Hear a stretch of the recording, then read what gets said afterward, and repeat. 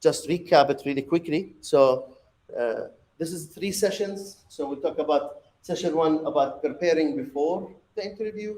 Session 2 is once you get the call, what's the process of the interview up to the point you get to the last step, which is the negotiation and feedback. And then the last session, if we get the chance, we'll talk about put you in the shoes of the interviewer, how do we interview and how we think as interviewers in the industry right now.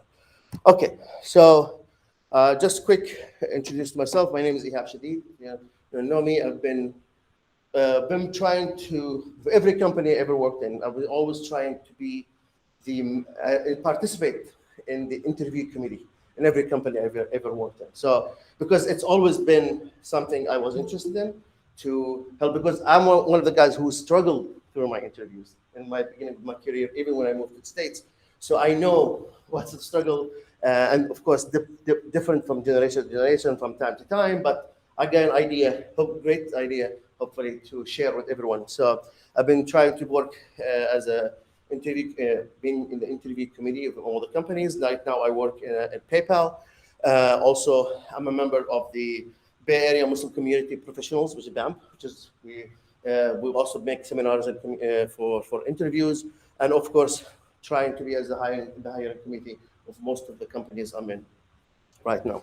Let me try to move away from the presentation screen so you guys can focus on the presentation. Okay, perfect. There we go.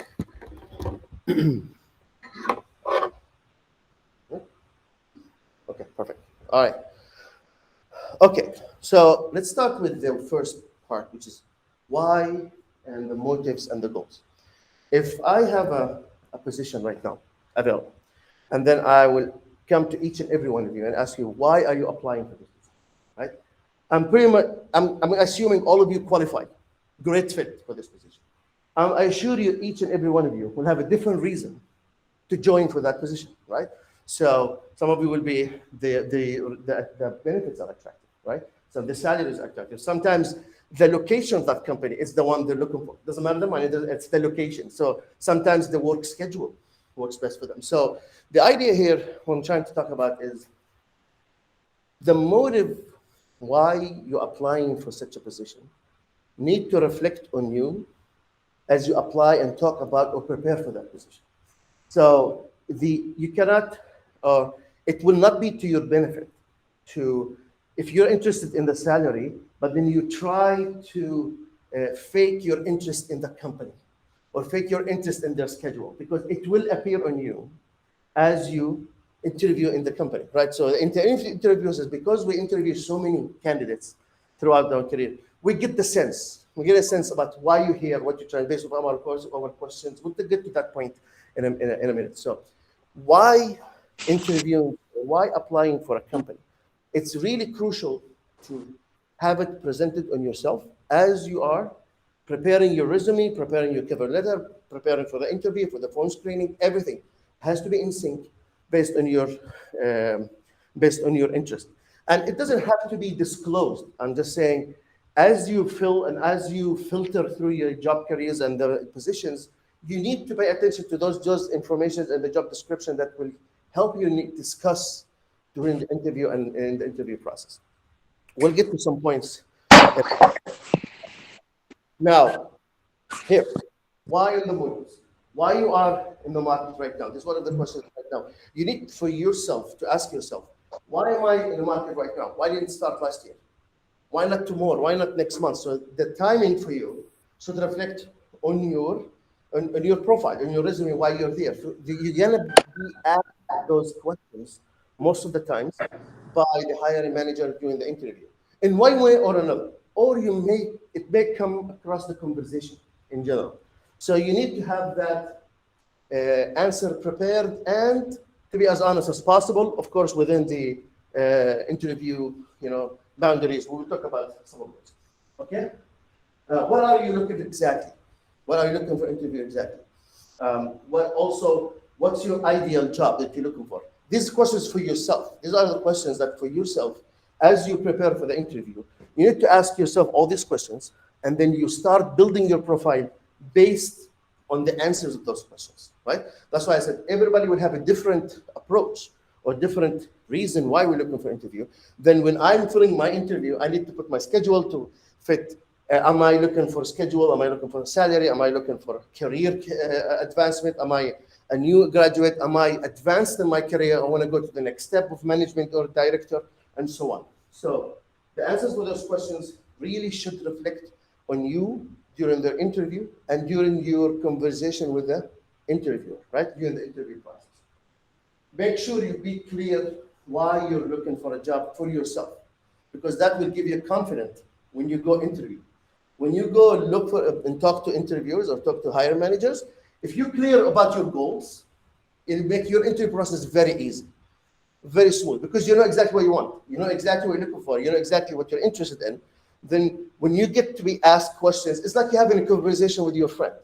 You have a conversation with someone you just met. Why are you in the market? You're just talking about, forget your interview. You're talking about someone. You want to express why, answering all these questions. That will give you confidence in the interview. And we'll talk about the confidence down the road. Okay? So your goals and motives should reflect on you and on your resume. And yes, it does matter, because we sense, as interviewers, most of the time we sense the fake purpose of interviewer, and it will kill the interest for us as interviewers if we sense something's not right, based on your behavior, your body language, your talk, your answers, or discrepancy between why you applied and what you show me right now. So all this matters, and we look at all these stuff. Okay, now let's say you want to start looking for a job. Definitely the first thing you think about is resume, right? You want to build up your resume.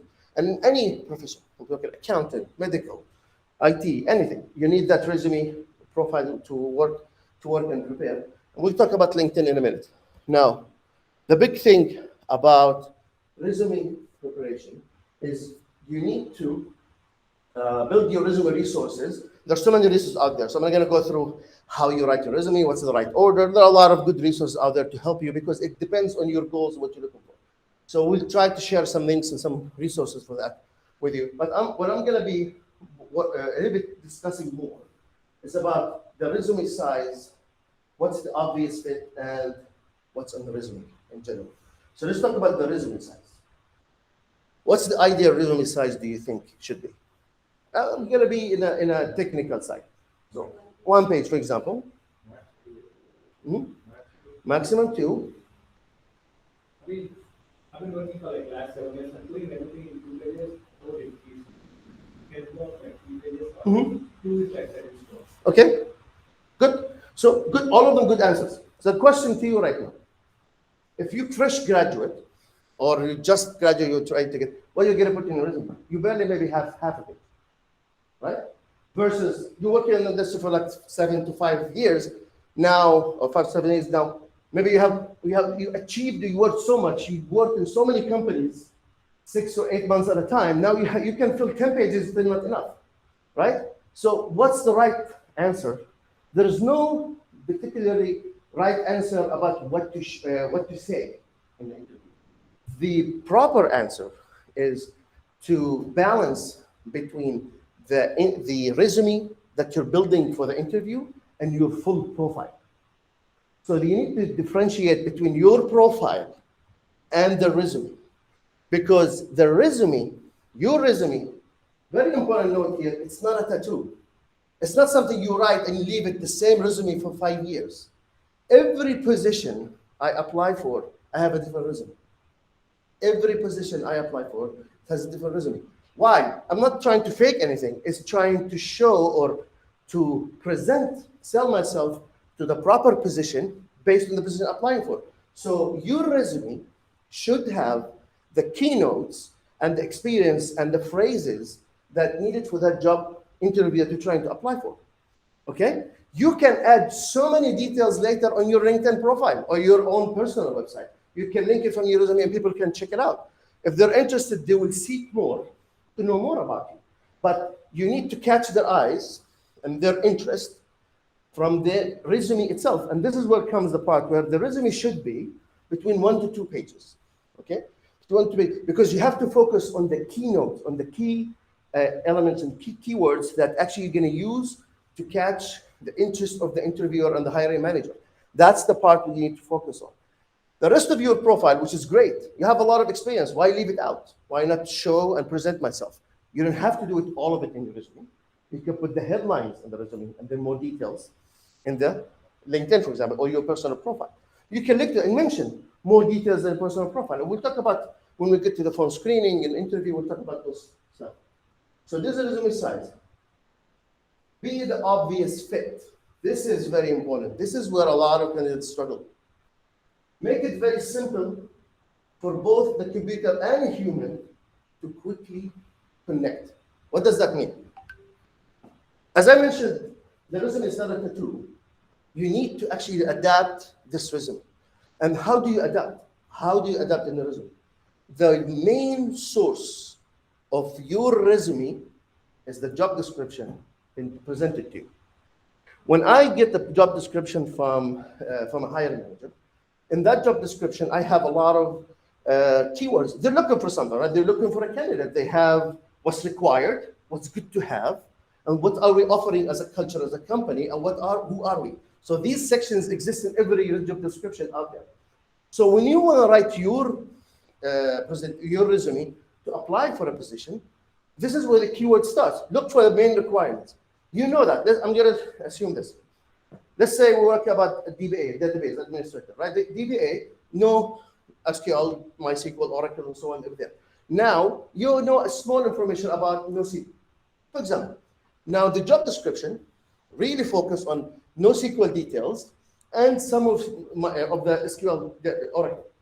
So even though you know both, you're not presenting your power in both of them in your resume. So what you need to do is go to the job description, pick the keywords that they're looking for, and rephrase your resume to those keywords. Because what happens in the hiring managers, when they put a position out there for the recruiters, it's a system. Hundreds of resumes comes in. What happens with the recruiters, they will put keywords from the resume. They read the job description, they take the keyword, the requirement, they put them in the system, and then the system will filter who the resumes match the most, those keywords, to filter from 100 or 200 to 20 or 15. Those are the 15s that people are going to start contacting. So if you're not on the top 20 or 10, you're not going to be looked at. Even if you are a great fit, you're not using the right keywords, you're not using the right phrases to be catchy and be connected to. Okay? So be the obvious fit to the humans who talk to you, the recruiters, the hiring managers. When you talk to them, you use those keywords because you read the job description, and to the system to connect with you. Okay? So this is what I'm saying. Your resume is not a tattoo. It's not something set in stone. It's something you need to adapt and work with. I will share with you all these slides. Don't worry about that. Okay? Okay. Now, probably this some of the things we just talked about. I'm just going to go through them really quickly. So introduce yourself, but make it short and sweet, informational, as we mentioned. Yes. Mm-hmm.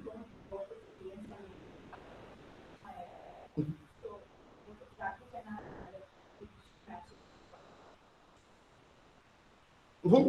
I'll get to that point. I have a full session, especially for the no experience and no background. I'll get to that point. Hold the question a little bit, and we'll get to that point. Is that okay? Cool.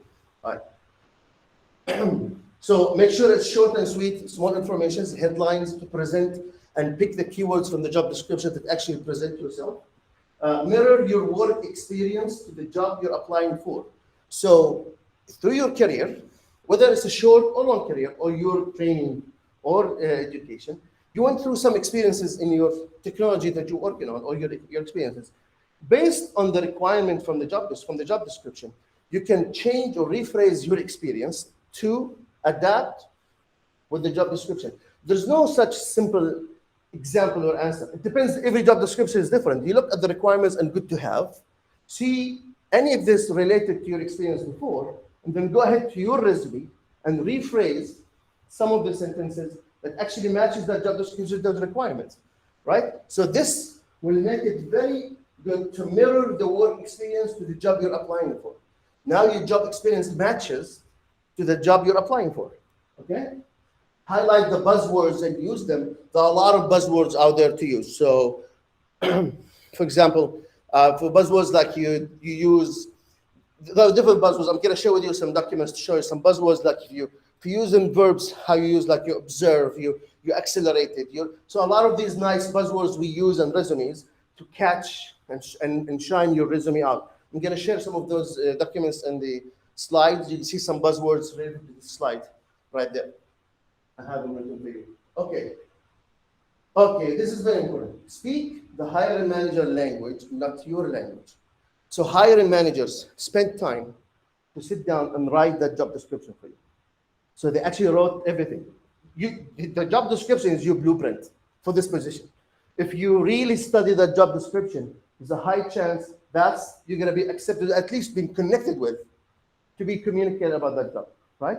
So the hiring manager spent time to write that job description. He used certain languages. He used certain keywords because that's what he's looking for. He or she looking for. So use those when you speak about yourself, whether you're in the resume or during the interview, right? Have those keywords available handy to you before you go, because that's how you're going to present and sell yourself to the hiring manager. This is in this keyword. It's not faking. You already have it. You just never thought about using it that way or that phrase, right? You didn't use it in your own language, your own way. Change that, adapt to that. We'll get some more information about that later. Accomplishments, okay? Reflect and artifacts show your accomplishments in the interview. Okay, now make sure to put the job role specific. There are a lot of points here. I'm just going to go through some of them and show you some information on the slides for here. Now, be transparent on the dates.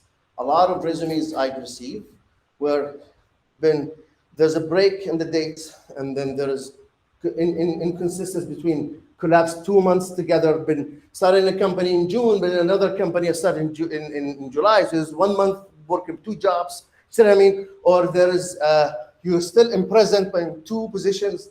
So those type of confusion of dates, it will confuse the recruiters when they try to present you, right, to them. And the system may reject that resume because the dates are mismatching or confusing the system to analyze. Because now mostly everything has auto-generated. The system is not smart to discuss and know why you have these dates, this break and this conflict. So be clear about your dates, and if they're not clear for any reason, let's say you have your own startup and you work in a company, and it's okay, totally fine to have both of them in your resume, both of them to present.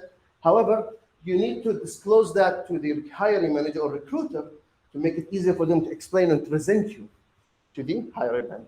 Okay? Use bullet points, not paragraphs. Oh my goodness. A lot of resumes you see big paragraphs talking about a project you worked on. Paragraphs. Those paragraphs will be neglected most of the times in the system filtering. Use bullet points. It will make it easy for system to catch your profile, right, and present it to the hiring manager. Bullet points is easy for the system to catch instead of the paragraph, because the system paragraph is 1 bullet point, 1 point. But if you break it down more bullet points, it will show you more organized and detailed explanation of your position. Okay, keep it simple. Language like you're talking to your grandma. This is important.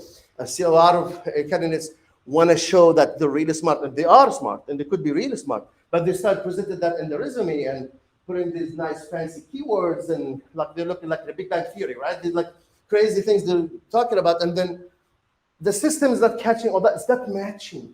When the hiring manager writes a position and asking for recruiters or people to apply to the position, they write the job description in a nicer, simple language, because they don't know who the audience reading this. So for you to be matched to the job description, you need to be on that level, on the same level with the same job description written. So write your resume and your profile in a simpler language to discuss with the hiring manager and the system and the recruiters. This is very important. Okay. LinkedIn. If you're not on LinkedIn, you nearly don't exist these days. And it's very important to have this point out there. LinkedIn played a big role in the hiring career right now for everybody. in so many careers, in so many different professions, nurses, doctors, and accountants, and sales, and everything. It's there, it's out there, exists, and everybody interested in it anyway, right? Even if you're not big fan or you're okay to put your profile, this is what all the hiring managers look at. So if you're not there, you don't exist in their eyes, right? So you need to be there presenting yourself. And we talked about some techniques right now, like present yourself in a small bullet points, have more details on LinkedIn, and so on. So keep that in mind, that you always be on LinkedIn. I've met so many people looking for jobs, and I tell them, how's your LinkedIn profile? And they have it just registration with a small, my education, where I'm working right now, that's it. What about your profile? It's like, I have my own website, I have my own resume, I send that PDF to everybody. Still, you're not gonna be chosen. You will be looked at, or it will be difficult. It's like you manually looking for a job going door by door, instead of just sharing a link and everybody to find you. You're trying to find people instead of allowing people to find you. See what I mean? So it will make it easier for you if you are on LinkedIn. Okay, here we go. So LinkedIn recruiters search for key and skill sets to contact 5 to 10 online. That's what I talked about. It's like you match your resume, you match your keywords, the system will pick. You have to be in the top 10 in order for you to be contacted with. Depends on the position and the critical of the position. Your goal is to be on the top of that list. How you do that? You be on LinkedIn, be discoverable or searchable, make sure your keywords matches the description, and so on. Of course, turn on I'm interested flag in the LinkedIn, because sometimes you have that, a lot of companies have that disabled. You have to have it enabled so people can find you. Otherwise, they won't show in the search results. Okay. We talked about keywords, optimize your headlines, make yourself obvious fit and more relevant to the keywords. We talked about that.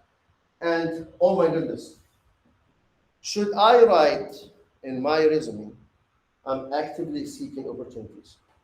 Yes or no? Okay, good. Everybody agree? Yeah, I mean, you are seeking opportunity. Should you mention it in the resume? Like in the objective of the resume, a lot of people have in the headline, I'm an enthusiast person looking so and so and so. I'm currently looking for seeking new opportunities to upgrade, to go to my next career. So a lot of these type of phrases available. Do you think you should have that sentence there? I would say one consideration by doing a phone call. Yeah, no problem. Yeah. Being honest. Okay. You're either gonna have this, I'm interested, or actively seek opportunities. If you have I'm interested checked on, obviously you are seeking opportunities. So mentioning that over to I'm seeking opportunities, also I'm interested flag to people to find you, will show sometimes you're desperate to find a job, or you're trying to find a job from your company. So there's a lot of this desperate happening here, and it will give the recruiter or the hiring manager advantage if they're interested in your profile to lowball you on some. This is one of the samples. There are a lot of other examples on this. But I'm trying to get to the point here is, since you have I'm interested flag in your LinkedIn, there's no need to keep emphasizing that you are in the market right now looking for a job and seeking opportunities. You're already there on LinkedIn, you're already communicating with people. You don't have to keep mentioning that. Okay? So remove the factor of be desperate looking for a job, because it will change the perspective of hiring manager for you when they interview you, right? We go through the resume and we go through. When I see this, I check other information about the interview, about the candidate. Like, okay, he's good. He's looking for other opportunities. Was he a referral? Did someone come to me, or has he just been out there telling everybody I'm interested? I mean, so that he's really desperate to looking for a job. So it will change my way when I interview that person. Okay, give me an idea. That doesn't have to be the right idea, but it does give an idea, right? It gives a picture about yourself. Okay. So having this sentence over there, it will hurt your keyword optimization. You can use that for a better to put more keyword optimization to the job description, information about yourself, instead of having these sentences out there. And it will show, of course, make you look desperate. Okay? Now, you can, as you mentioned, to the point where I can mention this in the interview. Correct. During the interview, you can sell yourself. Before that, you don't have to be desperate on that part. Okay. Okay. Now, cover letter. How many of you write cover letters when they apply for jobs? They require some of them, yes. Mm-hmm. Okay. Say again. Okay, that's good. That's true. It is optional. But why is it good? Why does it show professional? Like, is it just like a prestige? Like when you apply, like it's good to have a cover letter because everybody say you should have a cover letter, or is it an advantage for you? I think it's kind of how do you work professional, that's what I'm saying. Okay. The reviewer may think that you are very organized. Okay. Yeah. So, good point. Now, question to you: are you in real life, when you applying for a job, you're that organized to always write a cover letter to everybody? So remember, you have to reflect yourself as you are applying for a job. So if you don't believe that cover letter adds value to yourself, you will not write a proper cover letter for every position you apply for, right? Because it's prestige. It's something you show that you are professional. You're trying to be professional with the market to everybody else. But you deep down inside, you don't think it makes a big difference to my profile, correct? So it will reflect on yourself. When I receive a candidate who sent me a cover letter and their resumes, I'll emphasize more on the cover letter first before I jump into the interview. Why? Because it will tell me about that candidate. It will really mean to present themselves in the cover letter or not. So let's take a step back. Say, should we have a cover letter? The answer is yes, if you can. Of course, depends on position from position and situation to situation. But if you can, yes, have a cover letter. But why? Now, in the cover letter, you can talk or present or sell yourself outside of the technical part. So if you are a technical person or accountant, we're talking about all these crazy algorithms and all that stuff. This is good. You are very smart on that part. But what about the other part? What about your personality? What about your team playing? What about your education? What about all this stuff?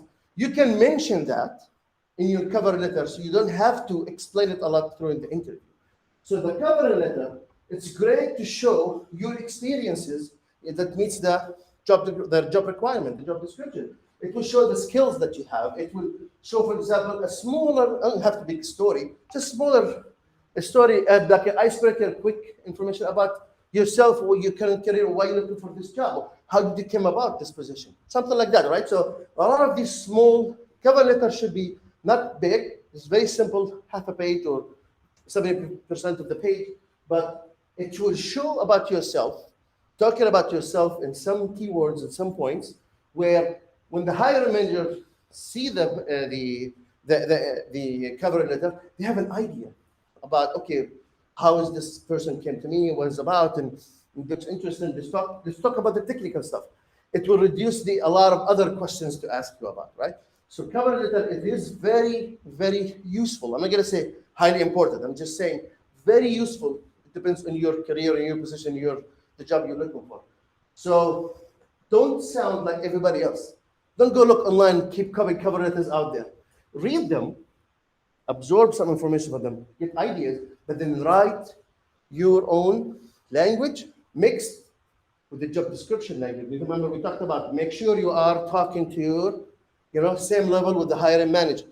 So keep yourself, right? Don't sound like everybody else. It's very important. Tell the story, it's fine. Avoid overused phrases. I mean, there are a lot of techniques. I will share all these details in the slides. End with call to action, CTA. into call to action. The cover letter, why? Is to present yourself and move you to the next step. We'll talk about these steps in details in a minute, but just make sure you end your cover letter with a call to action. Is that what's the next step? I presented myself. I told you about who am I, what I'm interested in. Now let's go. Now let's do this. I'm waiting for the call. I'm interviewing. I'm gonna be meeting you. Maybe you can send the cover letter after you have a scheduled interview. So I'll talk to you on Saturday or on Sunday. You know what I mean? So have that call to action to keep the interviewer interested or waited to be engaging with you. Okay? So the call to action is something really good to have. Okay? How to make a cover letter unique and address the recruiter, hiring manager name. This is information we put the hiring because it will make the cover letter more personal. It's not like a template. You keep passing it everywhere. Remember, it changes based on the hiring manager and the position. You use in their phrases, address them by name, address them by the position, and so on. So you make it more personal and then end with a call to action. This way, it becomes more engaging for you and the hiring manager. Okay?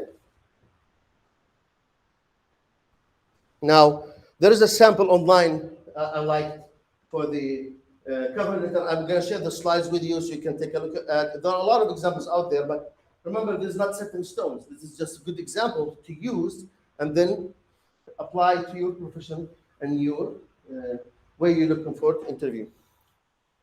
Okay. This is the part you were asking about. No experience and no degree.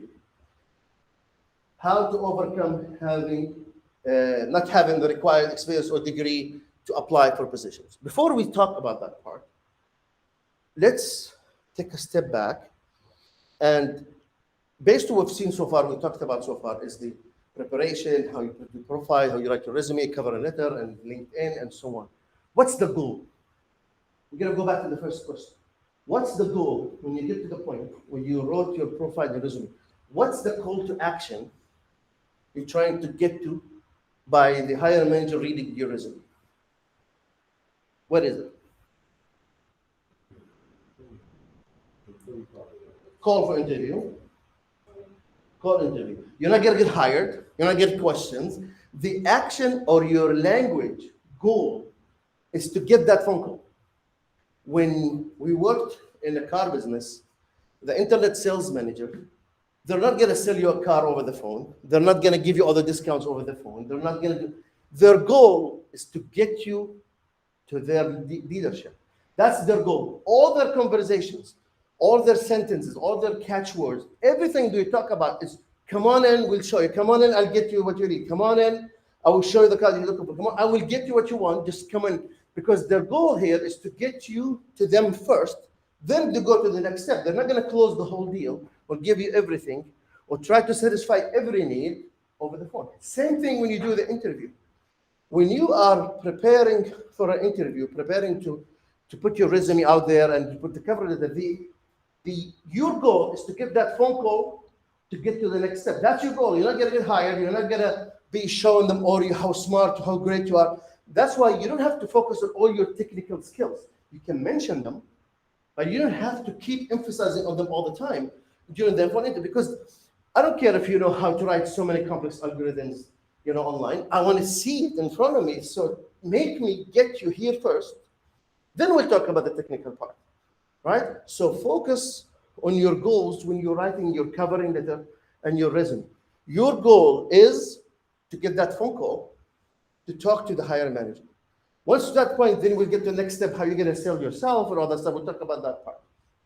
Now, to the point is how to overcome if you have no experience. I'm a fresh graduate, or I am been on a break. I've been a mother for like 5 years, and I want to get back to the career. Or I've been working on one system for 5 years, and I want to change my career, so I have no clue what's the new career path is. So all these are issues a lot of candidates struggle with when they're trying to look for a job, and they don't know what to write in their resume. They don't know what to write and how to relate when they work with their resume.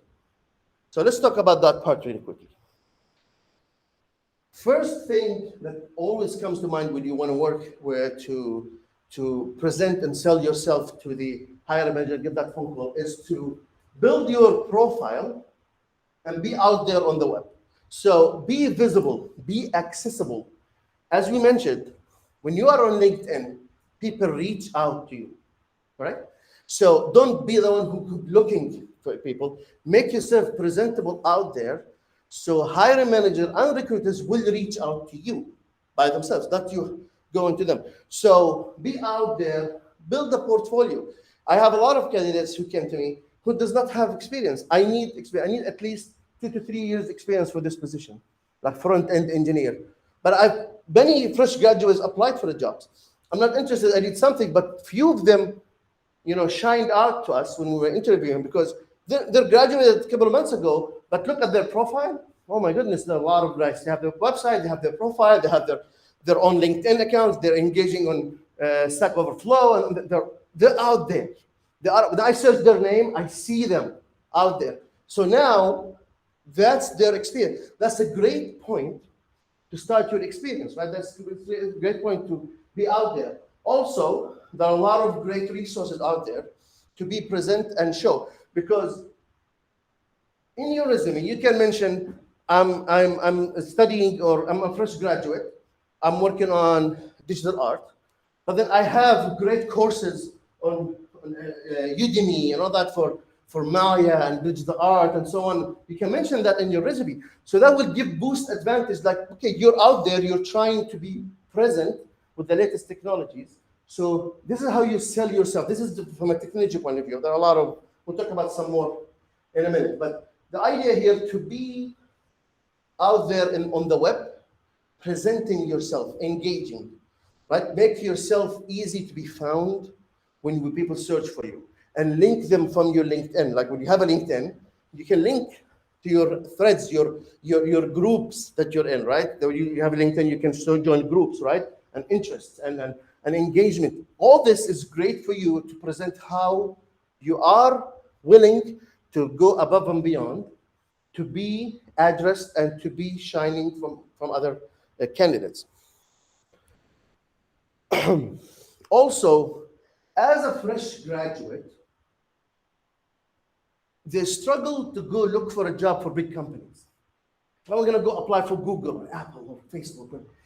They don't look at me. I'm barely graduated. I mean, they're really trying to get experienced people unless they have intern positions. We keep looking for intern positions. However, you can start your career looking for a star company out there.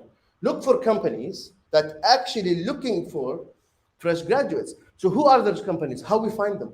How we can find companies that actually are really interested to accept or address the fresh graduates? Well, there are resources out there. So if you look online, there's a website, AngelList, I think it's called AngelList. So AngelList website, it is one of them. There are a lot of them, of course.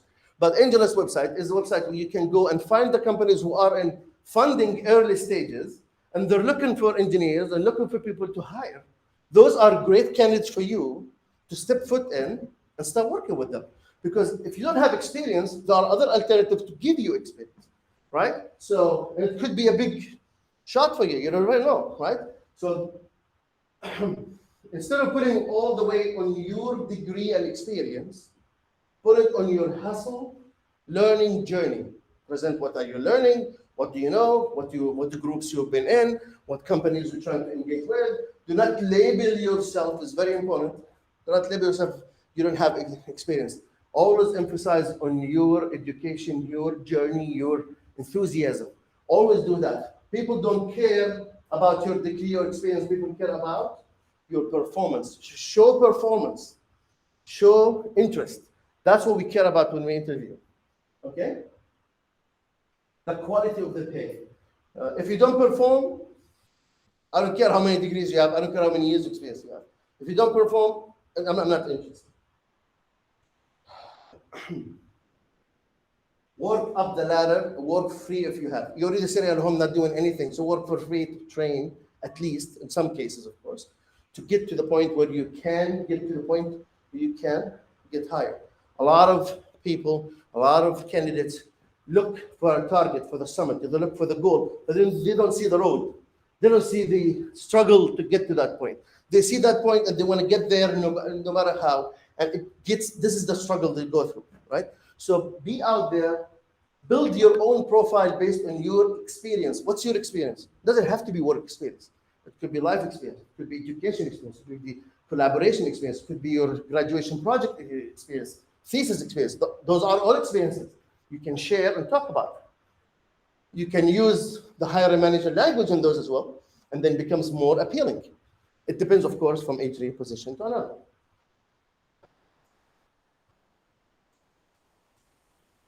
Okay, so get a job without experience.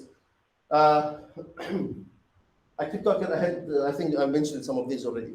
So like translate your experience, promote, emphasize your soft skills, talk about your soft skills. Try networking more. Number one factor for you to find a job is networking. Networking, period.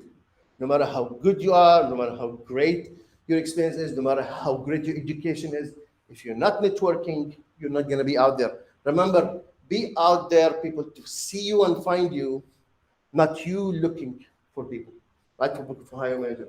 So networking, try networking more. If you think you're not being contacted more, network more. Change your circles of network. Change your groups of networks. Look for it, because this is the key to get you out there and people to see and experience your knowledge and your work. As we mentioned, prepare to work for free or cheap, whatever it takes to get out there, because you don't have experience yet. You need to get out there. So work that out. You already sitting at home. You're already not maybe achieving the goals that you have. So do a little sacrifice to get to that point, and then once you're there, you can move from there. Be clear about your motivation, career goals. We talked about this at the beginning. Make sure you know your motives and goals, right? Probably money is very important when it comes to job hunting, but it's not everything if you are in the beginning of your career. Okay, this is very important to know. Build your portfolio or profile. This is very important. Build your profile out there. Make yourself presentable. Build your own website. Build your own. Use the already ready website. You don't have to build it your own. Just use something to build your name out there and link it to everybody to see and know more about yourself. Go back to school if you must, as we said, like, take courses, talk about this, and then ask for feedback. Every time you connect with someone or agency or a hiring manager and you're not being accepted, and it's totally fine, okay? Don't stress about that, but try to get the feedback. Try to ask them, thank you for your time and consideration. Could you please point out to me, what was it I selected? What would have been better to be selected for the next round interview? I appreciate, and so on. So this is good to get the feedback for yourself so you can improve more as you move forward. This is very important. If you don't know the feedback, you never know what you did wrong. You never know what can you do better next time. You have no clue. Now, when people connect with you, be eligible. Be the someone, be that person where they're going to look forward to meet you. Be that person to be out there and people like trying to line up to get to you. They're not easy, but it is doable based if you follow a lot of process for yourself. Like you really work on yourself, right? Okay, show them like your hunger to learn, right? Show them how you're trying to show up in the company and point out how the interest of your company, the company you're hiring, you're looking for. Headhunters go around and take all the best people out there. And who was it? Tesla, was it Tesla? I can't remember. Tesla, there was something with Tesla and Apple where they all hired all the people. Yeah, Apple took a lot of engineers from Tesla when they were thinking about the Apple car. They just actually went to Tesla company and they really paid more for those engineers to take them and to make them work on their cars, because headhunters look for people to hire. They look for those. They look for the shine people. Be there. Be on that level if you can. It's not hard to be there. It depends on your career and your position. Just need to be shining not to be like everybody else. We talked about this, all the thing we talked about right now, the cover letter and your resume and your profile and all that. You're not like everybody else anyway, if you follow all these steps. Okay? Okay. We talked about this. So it's the angel list for opportunities, the angel list, God's LinkedIn, TechCrunch, search for this, search for seed round funding. Yes. Like you said, be that shiny. Yes. How to stand out. Sure. So to be the shiny person, it depends on you where you are right now. If you're working, be the shiny person in your work. If you are looking for a job, be the person that shines in the search of the results, right? We talked about some keywords and be on the top 10. If you're networking, be the person who are shining of networking. You're actually out there engaging in groups and in forums and going through asking questions and answering people and helping people. When you are out there, you will stand out from others. Definitely will stand out from others. Maybe there are others like you, but the percentage is not high anyway. So you will shine out. And the more you interview, the more you connect, the more you build and work, and the more you apply, the more you modify your resume, you will get better in time. You will get better as you build it. And we'll get to the point. I'm trying to say something. I don't want to step ahead to myself, but when you looking for a job, don't filter a lot. You are looking, you are out there, so don't keep saying no or filter a lot. Be out there, take everything comes in, interview, go out there, and then we'll get to the next point. Remember, the goal is to get that phone call. So don't make judgment before you get that phone call. See what I mean? So be out there and be the one that shines as you move forward. And of course, it depends from career to career, from profession to profession, and where you're at right now, whether you're not working or you're working or you're graduating and so on. Each one of these stages, you can be the shiny person. That's why when we want to look for interns, we go to colleges or universities, we look for the people who are top in their class. If they're not top in class, they're really engaging in other social activity. If I'm looking for a customer support person, then I don't need to be technical, I need to be more communicative. So we look for those people who shine. When I look for resumes, I check the cover letters, and then I look for people who really shine with their profile, their stories, their background, right? Their education, their knowledge, the unique technology they know that nobody else know about, or very rare people know about. So this is how you become a linchpin, right? This is how you become shine. And it's not easy. You will get with time. It's not going to be in a day or night, right? It's going to be some work that need to happen, but you will get there, right? But you need to have it in yourself to be out there and encourage yourself to get to that point. Okay? Now, look for the companies that, if you're out there with no experience, seed round funding companies. Companies are looking for funding. They're really willing to hire fresh graduates because they need fresh minds. They need people who are actually going to grow and stick with the company, right? Build the company with them. This is a good candidate for you, right? You may not get great money, but you may get great benefits or stock options. It's really good. You never know what's going to happen. Investigate about that company. Make sure you know all what you need to know about that company. Okay. Here, I had two candidates who called me and said, I want to work for you for free. I just want to work. Right? I know this, I know that, I have a good experience on that. It's great. This is enthusiast. He want to learn. He want to work. He want to get experience. He doesn't have experience. So great. This is a very good motivated person I can use and help, and they can help me finish my work, especially if I'm really early stage company, startup company. This is really good for me, beneficial for me. Of course, show up, learn, absorb, and more, be out there learning a lot. Walk the ladder. Okay, we mentioned about professional profile, how you build your portfolio, professional profile. There are a lot of good resources to build your profile. I'm going to share. I already have a link here, share with you to help you build your profile. So you can find the better resource to help you to build the profile. So you don't have to, there are no set in stones steps, but yeah, that's why I removed it from here. They are really, really important for you to build your profile out there and put all your work and all about yourself and your education and your ambition, right? Better put it out there in your profile so people can find you, know more about you when they talk to you and get you in.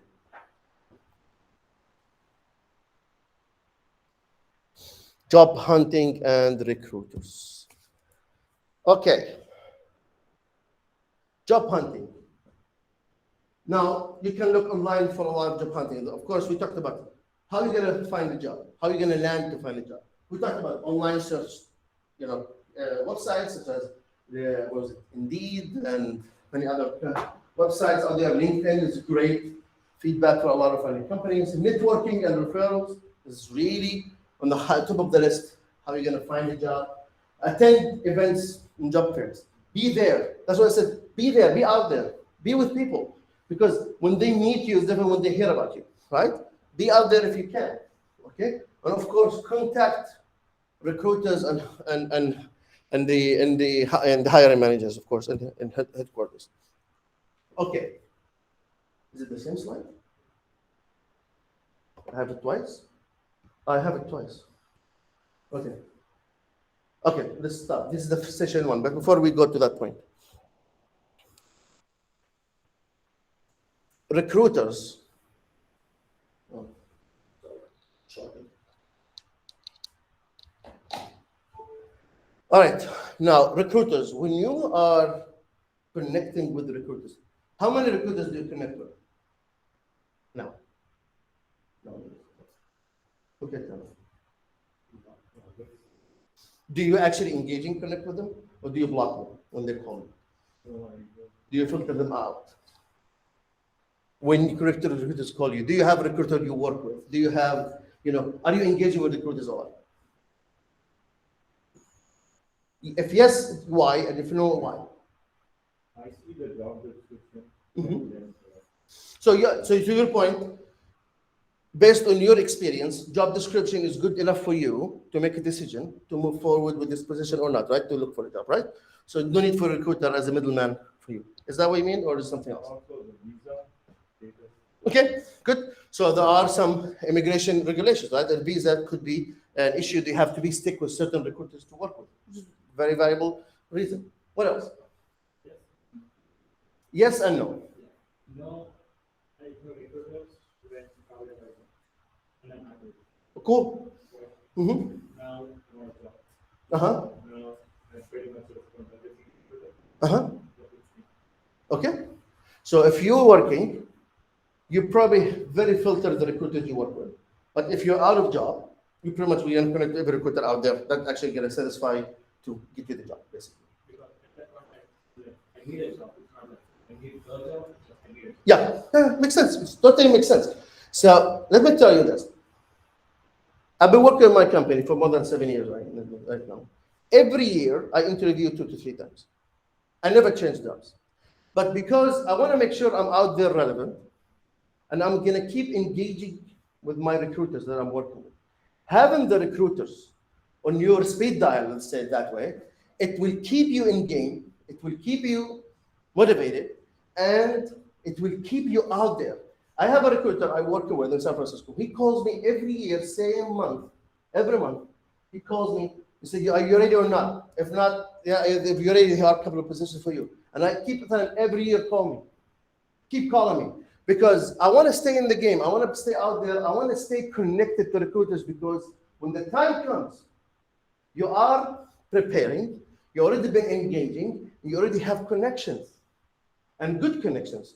So keep at least 1 or 2 recruiters that you're really comfortable working with. Keep them with you, engaging and interviewing with them.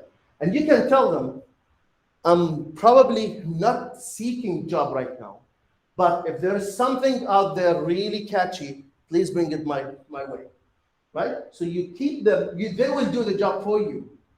You don't have to keep researching yourself. You know who you are, you know what other profile you're looking for, you know what you're capable of, like your skills. Now you need someone to match your skills with something out there that could be something shining for you for your next step in your career. Even if you're in the beginning of your career and you just signed a contract with a new company, you just started a new company. A lot of candidates do this. I just signed a contract with a company, that's it. 3 years, they never contact any recruiter. Recruiter comes around them like, just block everybody out. Why? Because they are just signed, they will focus on the stay where they are and they want to build their career here. And there's nothing wrong with that. Nothing wrong with focusing on career and build your profile here. However, keep engaging with the recruiters, but disclose to them, I just signed the contract, I'm happy where I am, but if there's something really catchy out there, bring it to me. I'll be willing to take a look at it. Okay? So this way you stay in the game, you stay up to your game to interviews. And I had a lot of friends and relatives who comes to me and they say, okay, I am, you know what, you work with Apple. What do you think work at Apple look like? And my first question will be like, okay, what's the offer? I mean, looks like they're talking to me. I was like, yeah, I just made the phone screen with them and I have an interview with them next week. I'm like, why are you talking to me if you're not meeting them, or you're still in the first round of interviews? Why are you trying to make a decision? Why are you trying to put a label on what you're trying to do before you make it? When you have the offer in your hand, then you make a decision. Before the offer, you don't even have to make any decision about the company. Keep interviewing. If you're not going to change the job, at least you know what they're looking for. You know what the market out there. You know what the technology is out there, because the chances are they're interviewing you with something you're working on. Now you can know what other big companies are and what are they working on, what they're interested in. So next time, even if you're not get accepted in this company, next time when you are in the market, you know what are looking for. You've been interviewing, you've been talking to them, you have an idea what's going on out there. So it becomes stronger to your benefit as you move forward in your job and your job hunting, your career. Okay, time is it? Is it? Yeah, so session 1 is ended. So we'll take a break. Let's take a 5 minutes break. Then we'll continue. There's much to cover, but I'll try to cover as much after the break. It's like 5 minutes break.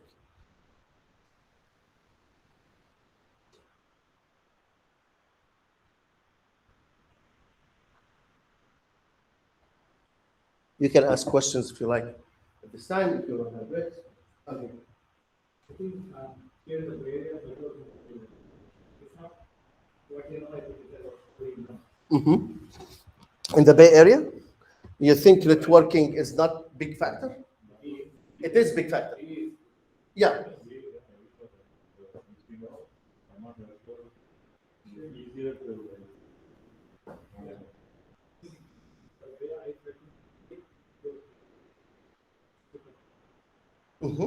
Okay. Now, remember, situation changed from 2 years ago to now.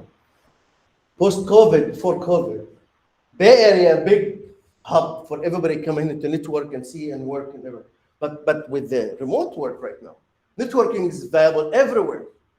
I mean, you know, anyone in New York can hire you. You go there and work. Just work from home, right? You can work from, even if you have to go, you can set up a contract with them or a deal to keep working from home, or maybe go once a month or so on. That's something you can work. But networking always is the best solution to find a job. Networking is the key for you, definitely, because networking could bypass some difficulties for you anyway, right? To find a job, to your experience. If you know someone who can relate and care about your experience, this is a good key for you, the networking.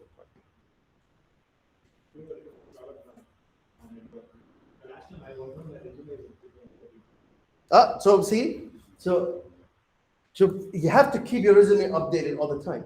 You have to keep it updated all the time. And that's why I'm saying your resume, not your LinkedIn profile. So your LinkedIn profile is still out there with the details about your profile, but your resume should changing as you send it with the keywords, because it doesn't matter. You already know this system. You already know working, for example, web development, and you have all the profile out there. But then when the job description comes with web development, you change your resume to match that keywords to be found and sent to the recruiters to be presented. You don't have to change your profile right now. You could, if you want to improve on it every once in a while, but doing it too often on the LinkedIn, in some companies may raise flags. In some companies they care, oh, this candidate keeps changing their profile on LinkedIn, looks like they want to leave the company. So it makes some perspective in some companies, it depends from a company to another, yes. If they're linked with you, so every time you change your profile and they're connected with you, they will show on the notification this person updated their profile.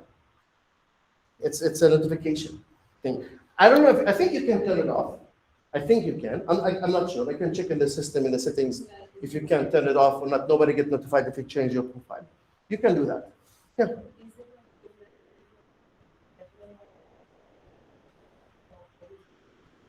Is there a difference in what?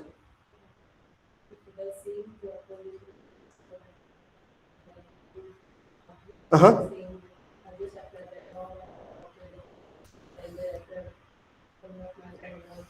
Definitely. Referral is number one, yes. If you know someone, if you found a job at a company, and then you know someone in that company, definitely get the job ID and send it to that person. Communicate, hey, I'm interested in the job description, job. I know you work with that company. Can you refer me to this position? That's it. That will definitely give you to your benefit immediately. I get contacted a lot for a lot of positions where they find on the career site, and they send me the job ID, and I will refer them internally, right? And internal for me, it's beneficial for me sometimes, but mostly it will give them the boost to get to the phone call instead of just going through the filtering system with the recruiters, right? See, exactly.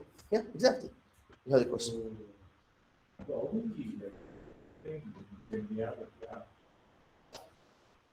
it's very difficult if there is a gap between one job and the next job. Mm-hmm. So how do you explain to the resume also? How do you, Okay, so you have a gap. We're not working for a period of time, correct? And you definitely see, having a gap is no problem, right? It happens for a lot of people. You have a gap, you get laid off from where you work or something, and then you move to the next step. So what you can show is explaining briefly, if that job ended for any reason, you can explain there's a break that you took, where in that break, you have to show in that break what you did preparing yourself, right? You have to say, you have been working, and also, by the way, having a break to your family is a good advantage, is not a negative for you as well. Even you can talk about it in your resume. So if I have a 2 months break or 3 months or 6 months break, of course the period makes a big difference for what you're talking about. But if you have a break for maybe 6 months, and you can say confidently say, couple of months I took for free, relaxing with the family, spending and preparing for the next step of my career, and then spend the last 3-4 months later, preparing for good opportunities out there, studying and educating myself and going through education or courses or certification. And now I am ready to move to the next step in my career and so on. So you can mention why you have the gap. It's no problem. But don't put any negative on yourself for no reason. A lot of candidates, they mention the negative part because they think it's relative. It has to be there. I have to disclose it. You don't have to disclose the negative stuff about your job hunting and your career. You don't have to. If you've been asked, you can talk about it. And still, even then, you don't have to present it as a negative part. It can be as something you went through. It's totally fine. still, okay, two people are applying, I have a gap, I have a good skills, okay, very good skills. But because of that gap, right, I may not get shortlisted. It happens. Yeah. It happens. You got to keep in mind a few things. Recruiters, let's say it this way. I'm trying to, recruiters, when they look at profiles, a lot of times, those recruiters have no experience or no knowledge about your technology, correct? They're the front line. They're the soldiers in the front line who actually filter profiles.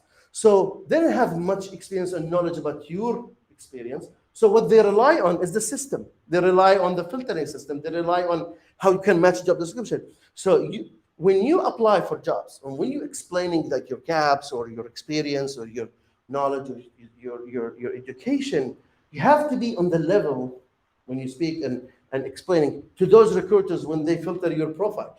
Because maybe the hiring manager have better understanding about all this, but not the recruiter who's making the phone call with you, right? Because they're calling everybody. They're calling accountants, they're calling engineers, they're calling nurses, they're calling everyone.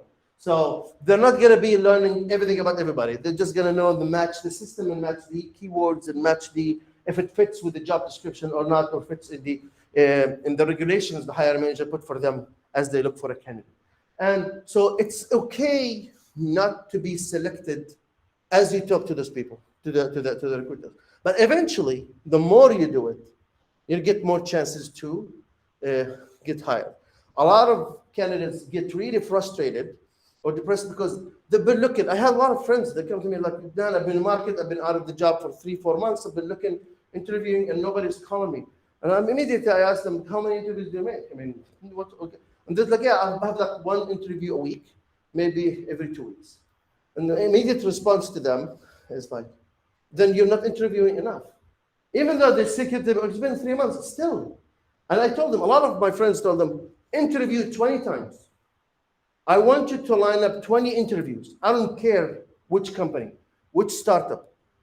Just put 20 interviews out there and accept the 21. Reject all of them and accept the 21. That perspective, keep them engaging all the time, keep them searching, keep them interviewing, because the more you interview, the better you become. You know exactly what to do in the next interview. So if you keep filtering yourself, you keep filtering your profile, or you keep discouraging yourself as you interview, you're not going to get out there. You're not going to be shy. You're not going to be the rich man. Right? You have to be out there interviewing, engaging with recruiters. That's why I said connect with recruiters, connect with everybody, with him. Keep connecting. If they call you, they have an interview. Yeah, I'll do it. I'll go for the interview. It doesn't matter. Well, you don't match this description. It's fine. Interview. Don't accept the offer. Just interview, because you need to learn, you need to see, you need to practice, because a lot of rejection comes, to your point, experience, gap, nervous, questions they don't know, location, benefit. There are a lot of factors in play. Learn how to interact with all of them.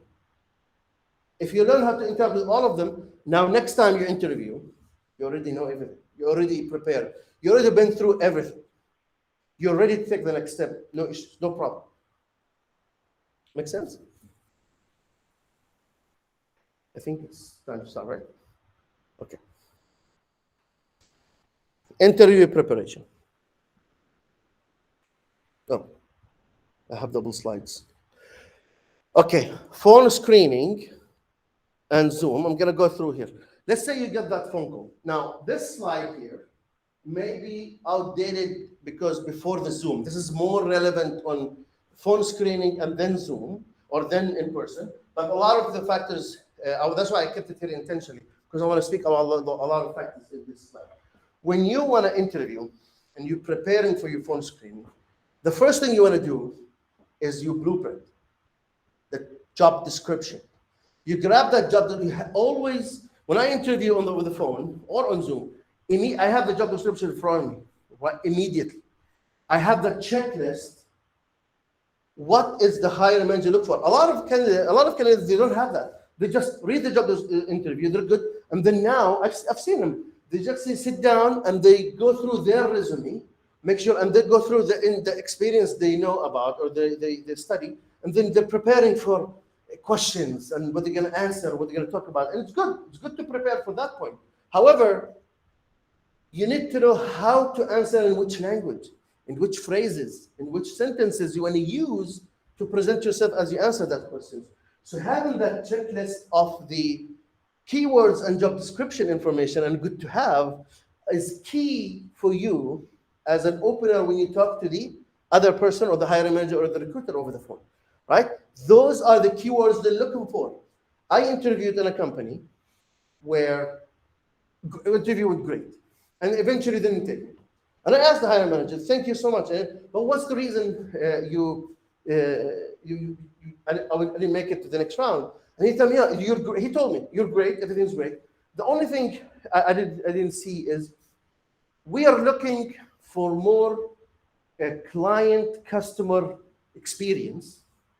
And during our conversation, you did not mention many about the client customer experience that we're looking for. Technically, you do great. But that part that we mentioned, I forgot it. The job description, we were talking about how they're great about the job, the user experience, and they really care about their customers and their feedback. So they mentioned that a few times. I missed it somehow. So during my interview, I focused on my experience in technical, and they're all great, but they didn't see the user relevant or my interest in the user experience during my interview. So they took someone else who actually presented that in their interview, in the call. Even though if technically he didn't qualify as me, still he presented the keywords and the factors that appealed to them. See, so these mistakes we all fall in. You need to focus to see that job description, study that job description very well, because that's your key for this position. Okay? That's always your key for your position. If I mentioned user experience maybe twice, probably I would have got the job. See what I mean? It's that small thing that you need to, or maybe we got the next round, but that's the idea, right? That small thing could be the deal breaker for you to get to that next step. Study that job description very well before you engage with the phone call or Zoom call with the hiring manager or interviewers. Definitely clear the room from distraction. Don't distract yourself. Have notes to go through. Make sure it's time convenient. So it is okay to reschedule if it's not convenient. If those factors don't meet, reschedule. A lot of candidates, I call them and they're on the bus, or they're actually still heading home. They're not home yet to get the interview. And immediately to me, that's a problem. Even though I understand there could be emergencies, or could be some situation, or stuck in traffic. Anything could happen. It's okay. However, to succeed in the interview, to show and become professional and be the linchpin we're talking about, make sure if you have to reschedule. It is fine. It is fine to reschedule if you have to for some reason or another. Make sure you have the proper environment to conduct that Zoom interview or phone interview right now. Okay? Once you accepted, then we can do that. Mm-hmm. Oh yeah, I did so many times like this. I had the interview in 10 minutes and something came up and I told them I need to reschedule. It's fine. And if they decided not to take me, then I think it's wrong from their side. Because to me, in order for me comfortable to interview with you, right, I have to be in the right environment. If I'm not in the right environment or right situation, I'm not going to do well in the interview anyway, right? I'm not going to do well because my mind is not focused with them anymore. It's other things are actually keeping me behind. So make sure if you have to reschedule, go for it. Reschedule, no problem with that. Okay? This is applied when it was phone screening, so that's why they're on the bottom here. Make sure the phone, accessible, all that stuff. This is not related, maybe the Zoom now more viable solution, but the idea is the same. Make sure the Zoom is good, have access to the camera, have access to the microphone, have a good network, all that stuff. Have to make sure you're prepared for the interview. And keep your resume in front of you clear. So you have your job description and your resume. Because remember, why you want to keep your resume in front of you? You know your resume, upside down. Why you want to keep your resume in front of you when you're interviewing? Who knows? But you know your resume. You know everything about your resume, right? Interview, so we will be thinking that, Mm-hmm. in that, it will be, like, how do you say, like, it will be as a reference for us. That they will be sitting on seat, right? Mhm. So, on the sit out, we won't be able to, like, just looking at the resume, we get to articulate more. Good. Yeah. I mean, it's there. I mean, all of you answered right. I'm just trying to point the fact that we talked about before. Your resume changed from position to another. You need to have your resume in front of you because you use different keywords based on the job description you're applying for. So when you interview with X person, it's different than Y person because your resume should be different from these two. So you need that resume in front of you to match what you're saying, what you're discussing about your job, your position, your job. If you're interviewing for JavaScript, right, and you're talking about code and algorithms and so on, definitely it's algorithms. You're not going to change algorithm based, but the way you present it is the keywords they used. The keywords they use when they talked about the problem or about technology, let's say they talk about Node.js, right? The way they talked about the Node.js and what they want is different from someone else. So when you want to talk about your experience in Node.js, you want to start or open with their keywords, not the other keywords. See what I mean? So you need that resume in front of you to keep you relative, to keep you relative to the interviewer and what you applied for them. What's the profile you applied for this position? So you keep in sync with what you submitted and what you're talking about. See what I mean? So it's not about the technical details, it's about the catchwords and the phrases that you use to present yourself. Sounds good? Okay, for interviews, we'll talk about this. Now, practice interviewing, get ready for the call, answer the phone. Answer your phone yourself. Don't let someone else, call you for the phone. Create a checklist. This also applies like if it's a land phone or something, but usually it's the same thing on the phone for some people. Create a checklist. We talked about this, the checklist that you need to put for the job description and what you're going to talk about. Your answers, your profile and background information, have that checklist in place. Because remember, you didn't write everything in your resume. You wrote the keywords in your resume, but you need to have your own checklist of everything you want to ask and talk about. Okay? Have your resume handy. We talked about this. We've been taking notes. Make sure you have notes. Don't get interrupted. Reschedule if it's okay. Clear the room.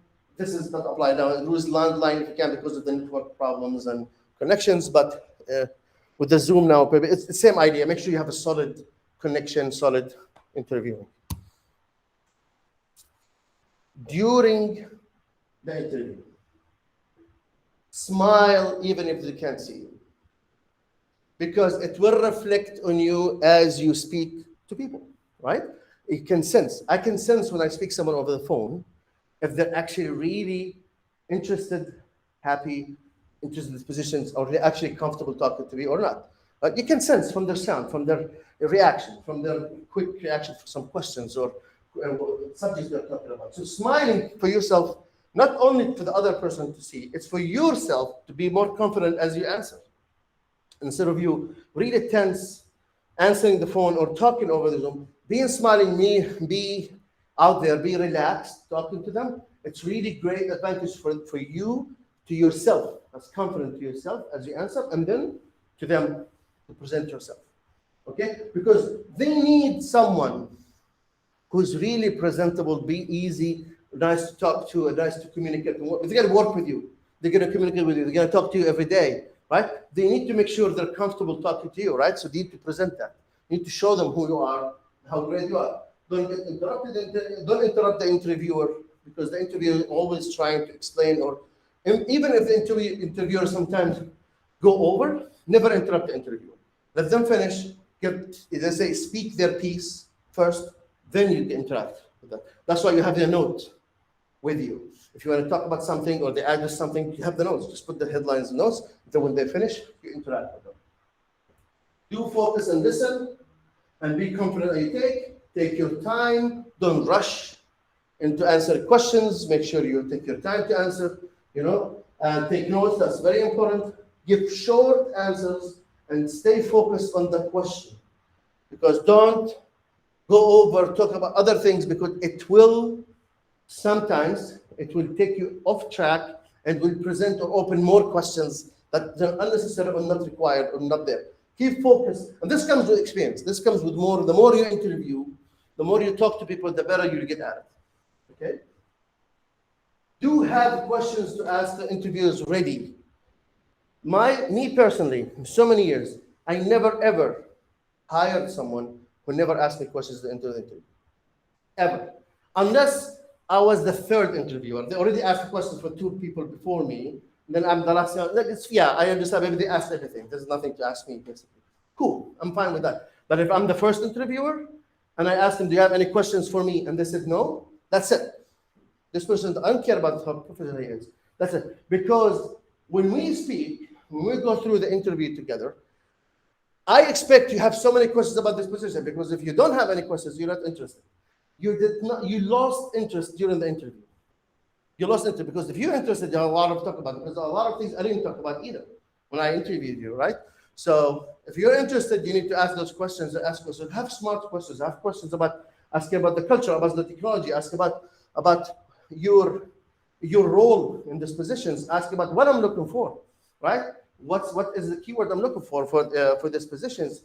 If you noticed we are working on technology you didn't work on, but you're practicing on, how much involvement you'll be involved with that. So there are a lot of questions out there to use to know if you're interested in this position. They're allowed to ask. If you don't ask me anything, then you're not interested. So when I talk to the hiring manager, I tell him, yeah, he's not interested in the position. I mean, he's not asking any questions. He just answered the question and left, right? So no interest there. How many questions that we can ask? Probably sometimes the sweet spot 2 or 3. Two or three? 2 or 3. But also, of course, depends on the interview and the time of the interview and how you engage the interview. But mostly 2 or 3. But have them ready. Have them ready to engage with the interviewer and no more. Some of them already been addressed through the interview. As we were speaking and interviewing, we already mentioned them, so you already have the answers. You don't have to ask again, right? But if not, then ask them. Have them ready. Don't keep asking so many questions. Probably a couple of questions is good for now. Because a couple of questions, if you did good and you're interested and they sense the interview, you can ask the other questions later for the next interview. Basically, they're going to have multiple interviews anyway, right? They're going to have like 2 or 3 people talk to you. Can you ask questions? If you've been, so salary, you should not ask from yourself about anything about compensation or salary or vacations or any of that. You should answer if you were addressed or asked about them. For example, I asked you, what do you expect as a salary? Right? What do you want to pay? Then you can talk about the salary, interest, and your which I got asked that with them. But out of my questions, when they ask, you have any question for me? And then I ask, okay, I tell them, okay, what's the compensation? What's the offer on this one? This is a big no. This is a big flag for me. They would immediately say, okay, this guy is here for the money only. And then I'm not really interested about that person. See what I mean? So it's not good to ask by yourself, but it is, you have to answer, and you're good to answer the proper answer if you got addressed or asked about it. Okay? Same thing. Well, it depends. If they require overtime, we'll talk about this. But anything you relate to, keep in mind this. If you interviewing, remember your goals. Remember the CTA of every step of the interview. Your preparation CTA, call to action, CTA, is to get that phone call. When you are in the phone call, your next CTA is to get that in-person interview. You're not going to get hired. You're not going to sign the contract. You're not going to set up your schedule. You're not going to set up your overtime right now. There's nothing to talk about right now. All of the next action here is to get the next phase, which is the next phase of interview, right? The next phase, to the next person and know more about and meet the hiring manager. Because usually the way when we do multiple interviews, especially in a tech environment, we put technical interviews first to filter people. And when they pass the technical interview, they speak with the hiring manager for soft skills, right? So soft skills should not, I don't know if all the companies are good enough to do this, but soft skills hiring manager should not be the first person to talk to. There should be the third person at least. Because before we talk about soft skills, are you technically qualified? If you're not qualified and you're great personality, still you're not technically ready, right? But you need to be technically ready to get to that soft skill part. When you speak with the soft skills, a lot of these discussions comes in sometimes with the hiring manager, because now it's not technical. It's about your team fit, your experience, your difficulties you went through, and so all that stuff. This will come up. If they ask you about your compensation, you can talk about it.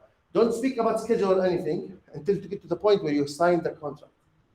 When you sign the contract, you can dive into the details. Now you're signing a contract, you leave no details out. Everything you speak about before you sign that paper. Make sense?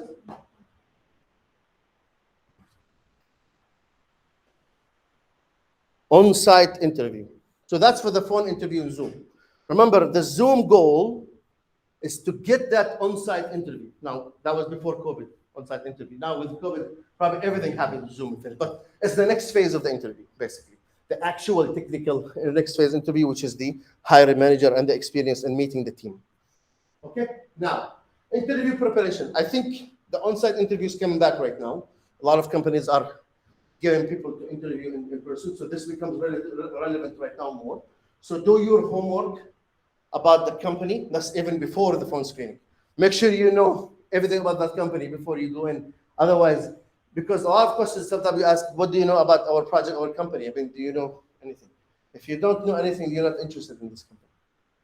So do your homework, plan your route. This is when you're driving, plan your route. This is to kind of prepare for the in-person. Rehearse beforehand. How many times do you sit in front of the mirror and you ask a question? You see yourself. Because this is important. If you don't know how you look and how you sound when you interview, this is an issue. You need to know how you look and how you interview. You need to stand in front of the mirror at least once and go through a couple of questions you know you're going to answer. We talk about. Talk about yourself. Talk about your experience. What did you do? What are the difficulties you went through? How you team player? All these type of information. Look at yourself in the mirror and answer those questions. You'll be surprised. You will be very surprised how you see yourself look when you answer those questions. You realize, why am I shaking? Why am I sweating? Why am I answering that way? Why am I looking around? So all these come in play, and then you know how the interviewers see you. So make sure you rehearse your answers, your interviews before you jump to the interview in person or on Zoom, right? It's very important. It's very important to see yourself, how you do, because it will, the more you do it, you become better with time. Right? The more you do it, it becomes better. Okay, bring this documentation if needed, dress the part, arrive early. These are simple stuff. Do that, serve yourself, ask questions, and follow up after the interview. Now, during the interview preparation, the interview in person, the idea here, the goal is to sell yourself. This is the part where you're gonna really talk about yourself and sell yourself to the hiring manager or to the interviewer, because this is it. This is why I'm here right now. People need to know how great I am, so I'm here to show them how great I am. And we'll talk about some of those information in a minute. So what do they look for? What do the employer is looking for before the interview? Well, know what the employer is looking for in the interview. Read the job description. From the job description, you can say, okay, why is this position open? These are questions that come in mind when I talk to the interviewer. I mean, why is this position open right now? Are you opening a new department? Are you a new project you're starting? Is there someone leave?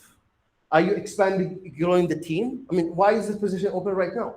Right? This is a good, valid question to understand why this position are there right now. Yeah. What are you looking from this role? These are the questions you can ask in the interview.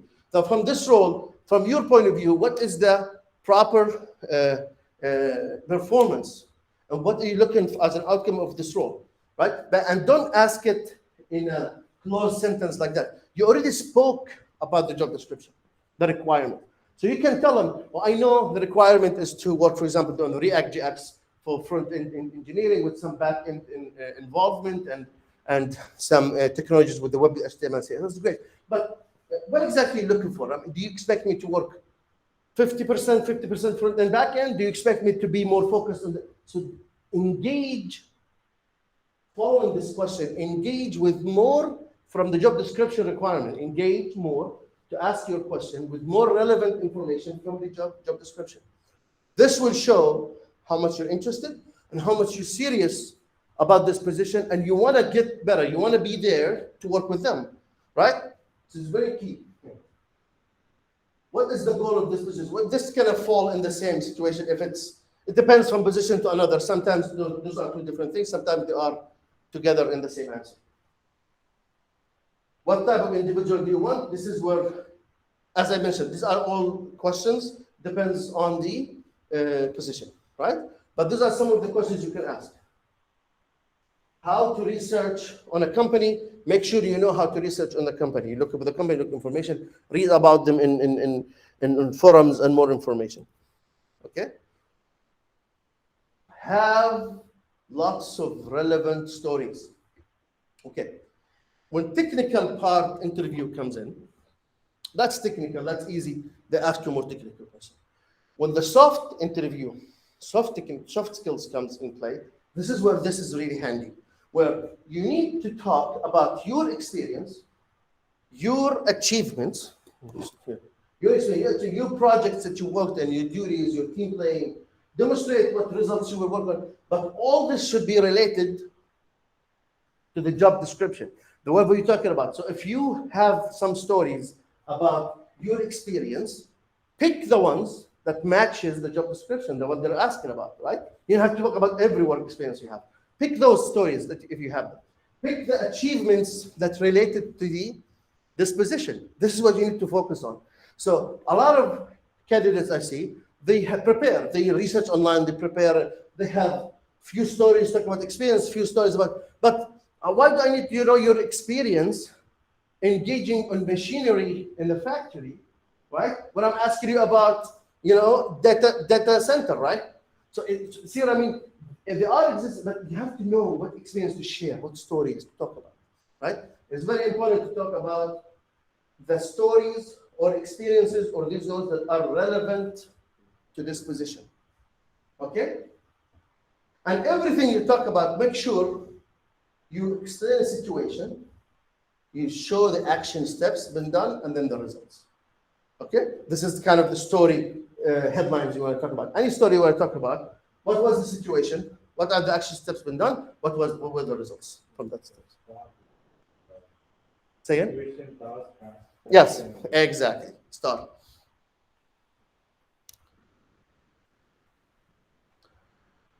Okay. Okay. Answer directly. Be very consistent. Do not over-explain everything. Explore and value the value relative to employees. Pinpoint. Show that you want to help. Show as you're discussing that job description and interview that you actually really want to engage. You want to help. You want to be there. You want to be engaging with the hiring manager in the company. Practice your answers in front of the mirror. We talked about this, right? I go ahead of myself in some of those slides, but you get the idea. Okay, on-site interview. I think I have it twice. We talked about this. Prepare to ask meaningful questions. These are some samples about what to ask about, what to talk about. Can tell you about. Okay, those are you sometimes get asked, or sometimes you ask them. Like, talk to me about day-to-day responsibilities. Describe the culture. If you never tell that you have no questions, there are a bunch of questions to ask about and know about on this position in this company, right? You're applying for a company. You're going to be working there for a long time. You're going to meet people. These going to be your most people you're going to see every day for the foreseeable future. So you need to know more about them than just the company itself, right? You need to know more about the position and the people and the company and the culture and the technology and all that stuff. These are very good, valid questions to ask about.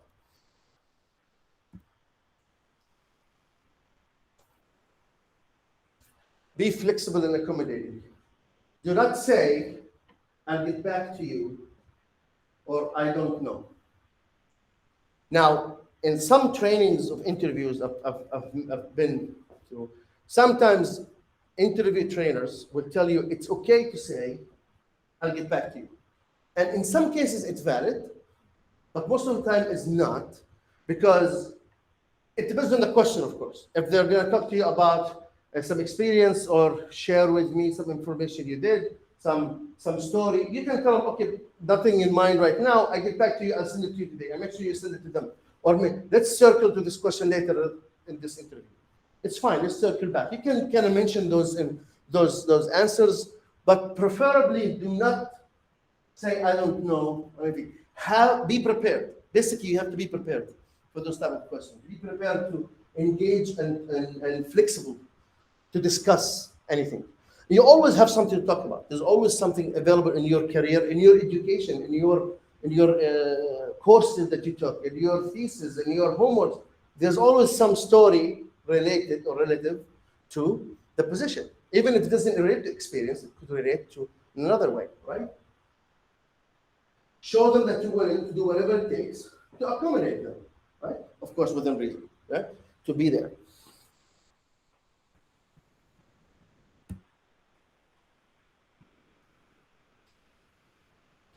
Of course, we talked about this. Use the language, right? Put the job description highlight. We talked about that. Be reflective. The interview fit fit to be invited into their culture, right? To make sure you understand, know about their culture. So make sure you try to be fit for that culture. Be adaptive and be mirroring because of the job description. Make sure, don't fake it. It's just or talk about it in your personality, but matches their requirements and their language. That's what it is, right? Don't fake it, okay? Because they will sense it. They will sense the fake. Okay, just taking the time. Okay, accomplishments when you okay, compliment them when you don't know. So ask clarification questions. If they ask you a question you're not understanding or you're not know the proper answer, ask for clarification. Ask for more details. Example: they ask you about something or in your career happened to you, or explain some teamwork play. Well, this is a very broad question. They expect you to be prepared for that question, but sometimes you're not. Sometimes you don't have the proper story. So be more specific. Narrow the answer for yourself, right? Ask more specific questions. Tell them, I don't have maybe big stories to talk about, but I have one side I can talk about, which is that side of one interaction with someone. Okay, sure. So kind of narrow the questions. Don't freeze. If you freeze, ask. This is very important. I have a lot of interviews with candidates. I ask them questions, they freeze. Sit down thinking and thinking and thinking, and they're not speaking anything. If you froze, then it's big flag in the interview. Don't freeze. You froze, you don't know, or you need more clarifications, or you need to make it easier for yourself. Ask to get to that point. You can repeat the question. Say again? You can repeat the question what they asked, right? You can repeat it after themselves. That way, Yeah, but don't keep doing it excessively on every question. Keep repeating the question. You can ask them with a clarification. You can repeat the question, but in a different phrase, right? To rephrase it in a way so you can make it understandable and show them that you're trying to know more about the question. Yeah, see what I mean? Don't keep. It's okay to ask the question again, like you repeat the question to make sure you understand it and get not the. that I will repeat the question what they asked. Yes. In order to I know the question. Yeah. But They will correct me, right? So yes. If that's the way where you can ask questions. Sorry for interrupting you. That's the ask question where you can repeat the question they asked you to show them you're trying to understand and catch everything that they asked about. But also you can repeat it, but in the way you understood it, basically. So they want to make sure, right? They are on the same page with you, what you're thinking, and they can correct you if they have to. Okay? Move to the next one.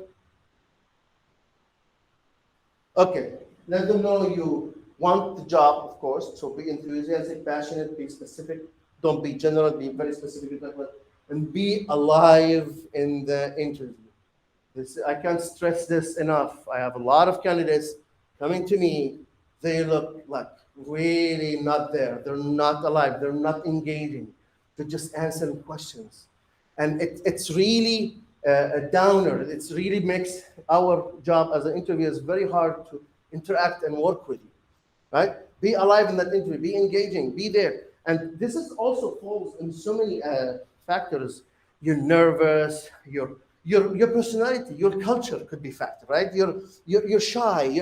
All this you can overcome by time. You can overcome by interviewing more, practice more, engaging more, networking more, interviewing more. It will break. All this will break.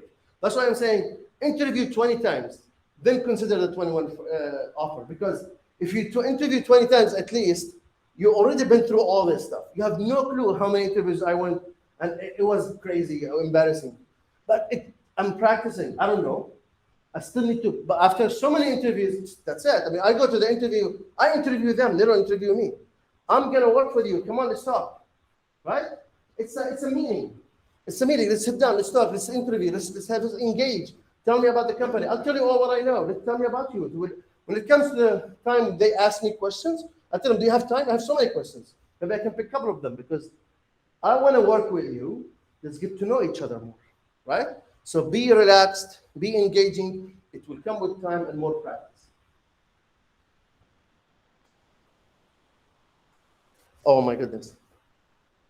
This is one of the soft questions that comes a lot. Tell me about your weaknesses. And please don't answer I'm workaholic. Well, I work too much. that answer gets very old very quickly. Do not say that. Your weaknesses is not equal to a personality. This, you have to be very careful when you answer that question. Your weakness is not a strength in disguise. So don't tell them I'm workaholic, showing them I work too much based on my, this is not good. This is not good. When you answer your weakness, and it's okay, everybody have weaknesses, but when you answer your weaknesses, make sure the weakness is related to a technical difficulty than a behavior. Behavior and personality we cannot fix. If you show me a personality weakness or a behavior weakness, that's a problem for me, right? Because it's not something I can fix as a hiring manager. But I can fix if you're not engaging with colleagues a lot. You like to work with a team, but you don't get to engage very much. Okay, that's something we can work on to help you. For example, I can pick up my stories, but I help a lot of people, and then I fall behind with my stories. And then I sometimes fall behind some deadlines because I engage other teams. It's a weakness. We can fix that. But don't tell me weakness. I'm not. I sacrifice my life, personal life, to work too much, so many hours. I cannot fix that for you. It's personality problem, right? I cannot fix that as a hiring manager. So this is flagged for me, right? That's a flag for me as a hiring manager. Make sure if you discuss, there are a lot of samples online. You can look up. I'm going to share a few links to help you with some explanations about your weaknesses if they're relevant to your experience. But make sure all the weaknesses you talk about, none of them is related to your personality or your behavior, because that's a flag for the hiring manager. It's not something they can fix, or it's very difficult to fix, then they just let go. See what I mean? If it's more of a technical experience problem, we can work with that. You're not engaging as a manager, you fall behind, or you're not organized to the task when it comes to present diagrams or architecture. We can fix that. It's okay to have a weakness. We can fix that. We can train you, right? But not the other stuff, right? So you have to make sure when you answer that question, do not make it behavior or personality problems.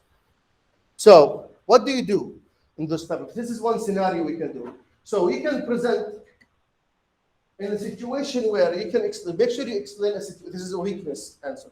Well, this is a template to show you how you can answer a weakness. It will apply in so many cases. So in a situation where, and you can add the context or situation you went through, you have tended to, or tend to, and insert the way you exhibit this weakness, and not the weakness itself, the way you approach that weakness, right? The way you came across that weakness, you present that what happened, and that made me appear, and then you insert the weakness here. Once you do that, as a result, right, I learned to recognize out of this fact to no longer, and then you show how you realized the weakness, what are the next steps you need to do. Instead now, so what steps do you make? And then the results. So that's what the star we talked about, right? Make sure you present the weakness, and then how you discovered it, what you went approach with, what are the steps you initiated to do it, to address it, and then what are the results. Don't just mention your weakness and then you stop. This is not good. You have to add more, emphasize on it, talk about it more. It's a weakness, and just what happens? Is it still there? Is it getting worse? And what's going on? Talk to me about that weakness. What happened? The interviewers, hiring managers ask this question a lot, the weakness question, because they need to know how you engage with the weakness, right? And that's why you can be shine from others. This is how you become enrichment, where your answer is more relevant to the job description, to a story. So relate that weakness to a job description, to a story, right? And something you can fix, and something you can work on. And all these dots you connect makes you shine and appeal from the others. Okay? Okay. Let's say you get to the last point, the fun part, the most crucial part when it comes to us, negotiating salary. Before I move to that step, any questions we talked about so far? Previous slide you said that if effective labor Mm-hmm. so my job description as person. So in in the interview, they asked this specialist. Mm-hmm. In that case, I should not say I don't know, but alternative skills. For Yes. example, the cloud data warehouse, Mm-hmm. Google BigQuery and Amazon Web Services. Mm-hmm. So I can say the alternative product software that I work on. Mm-hmm. Yeah. That may help. It will help. Let me tell you this. This is also related if you don't have experience or fresh graduate and you're applying for a job and you're trying to answer that question where they ask you something you don't know about. So before the interview, you have the job description. You know exactly what they're interested in. And you know, let's say you know 60% of them. Yeah? They mentioned so many requirements and you have 60% of those stuff. So the 60% is easy for you to practice and know what to answer. The 40%, you can easily read about them. A lot of time when I go interview for technical, and they ask about technology, I have no clue. I don't even know, I even heard about it. And they have it in the requirement. But that doesn't mean I'm not qualified. It just means it's one thing from all these lists. I'm not there yet, right?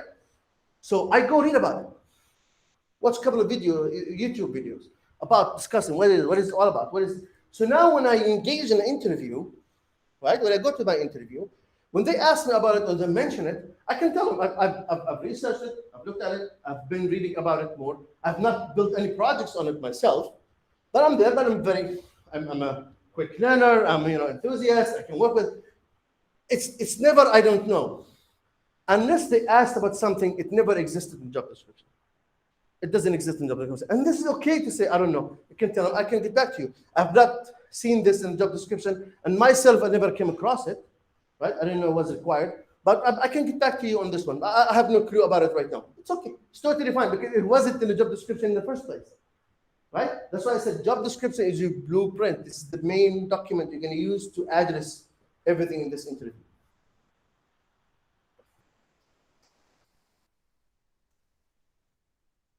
Okay. How do you negotiate a salary? So of course there's so many techniques out there. But I'm going to just make it in a high level, right? More of high level. When you want to, if I ask you right now, and I tell you, what do you think, how much you worth in the industry right now? And when I mean how much you worth is like based on your knowledge, your experience, this position, and and what you see, how much salary you think you should get paid, right? You can ask that question. We can sometimes ask a question to the candidate. What do you think they're going to answer? I've heard so many answers, the crazy answers for this one. But it's okay. You can tell me. What you don't have to put a number. I'm just saying. I give the previous what I was. For example. And also, I will put. I will ask him. So, what is the ballpark that you are expecting? Mm-hmm. Based on that, we can negotiate. Okay. So to yourself, how much do you think you're worth? If you want to ask that question to yourself. How much do I worth in the industry right now? How much? Do I worth market fair? Or my experience is a bit less, so I can accept it more? Or I know way more than market fair in this field. I'll probably get paid way more. Yeah, so market research we need to do. Market research. Whether junior level, mid level, or Yes. level, based on that, we can give us this. Good. So now, first step in negotiating salary before you talk about the money is you need the market search, right? Know exactly how much this position get paid and how much get paid in this company. You have to search the company itself. This position, how much get paid in this company? And sometimes companies sacrifice the base salary with more compensation and more bonuses and more, or maybe sometimes it's all about the salary. Netflix pay you pure salary only, no other things, but they pay you a very high salary. If you're interested in that payment without any settles and benefits, wonderful. That's great what I'm looking for. Some people don't do that. They just the salary is fine with them. They need more. They need the stock options. They need that big chunk of money. They get paid every year, every 3 years to do big thing in their lives. Then that now base salary doesn't appeal to them anymore. So it's the whole package, right? You need to talk about the whole package, right? Their vacations, right? Their bonuses, their sabbaticals, their what do you call it? That vacation for mothers for maternity leave. So all these, it's a package. It's a package you need to look for and study all this package and become prepared ahead of time. Have that prepared for yourself ahead of time before you go, because you need to know what are you looking for. But the key point here, you worth in the market how much you ask. Not because everybody get paid this position 120, that means I should ask for 120, 130. I can ask 150, no problem. And they're free to say yes or no, but of course within reason, right? It's like that position 120, you ask 180, right? It's like a huge gap here we're talking about. So stay within reason, but see how much you worth for this position and this for this technology that you're working on. This is very important when you negotiate the salary. You worth how much you ask. This is how much you're worth. I had so many candidates came to me and I interviewed, and the position have a limit max. We had to get exceptions to get more than that just to hire that person. Period. Because he is fit to the position. We can easily get an exception, if, of course, within reason, right? But we can easily get that position to accept it if he asks for it and we know he's worth it. See what I mean? A lot of recruiters, they will tell you, okay, this position pays from 110 to 130. Right? And then you know you cannot ask more than 130. That doesn't mean you cannot. You can, but it depends on the interview. It depends what you did, right? So you need to, that's why recruiters try to clear this and disclosure before you interview, how much you're looking for. They a lot do this, to disclose. And it's okay, but keep your answer within package. You can tell them, okay, this is the base. We can talk about the base. What about the package? A lot of companies, recruiters call me and they say, this position, for example, pay 120, right? Are you okay? It's like, okay, as a base, I'm fine, but I need to look at the whole package. Right? Do they offer options? They overstock, they offer, and the recruiters, most of them don't have those information. They have the base salary information. So they can tell you, okay, you can talk about it in the hiring manager. It's fine. When I come to the contract part, this will negotiate. Right? Because now the package big play for me. Okay? Now, talk about your value. Give a number, not a range. Never answer of how much you accept them. You say, between 120 and 140. No. It's either 120 or 140. Give a number because you believe you're worth that number. Give that number. Let them work the range.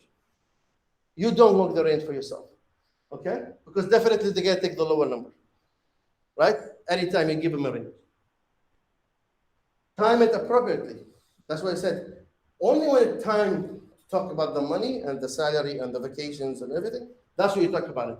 Not at the beginning of the interview, not when it's critical to actually present yourself, sell yourself. So all that plays part when to talk about the salary. So timing is key. Definitely do the market research. Go in with leverage. If you have a leverage, offers, that's why I said, have offers, then talk. Should I take the job or not? If you don't have the offer in hand, why are you talking about it? Why are you even thinking about filtering? Right? Interview, get the offer, then we'll talk. Okay? Be humble and polite, of course, but be, of course, at the same time confident. When you want something, you know exactly how much you want, you know exactly what you need, right? For your lifestyle, for your position, for this position, be confident about it, but in a humble way. Okay? So it's not here I'm going to teach you how to negotiate. It's about how you approach negotiation of the salary, because negotiation techniques are different from a company to company, if you're talking to a recruiter for the contract position, to a full position, full package, base salary, there are a lot of negotiation happens in that field. But they all fall under the same umbrella of all these steps. Make sure all these steps apply, and it's easy to talk the numbers after.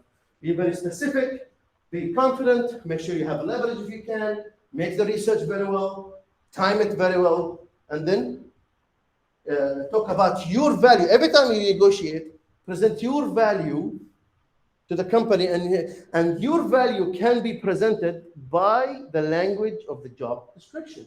Keep that in mind always. Job description is your leverage for everything.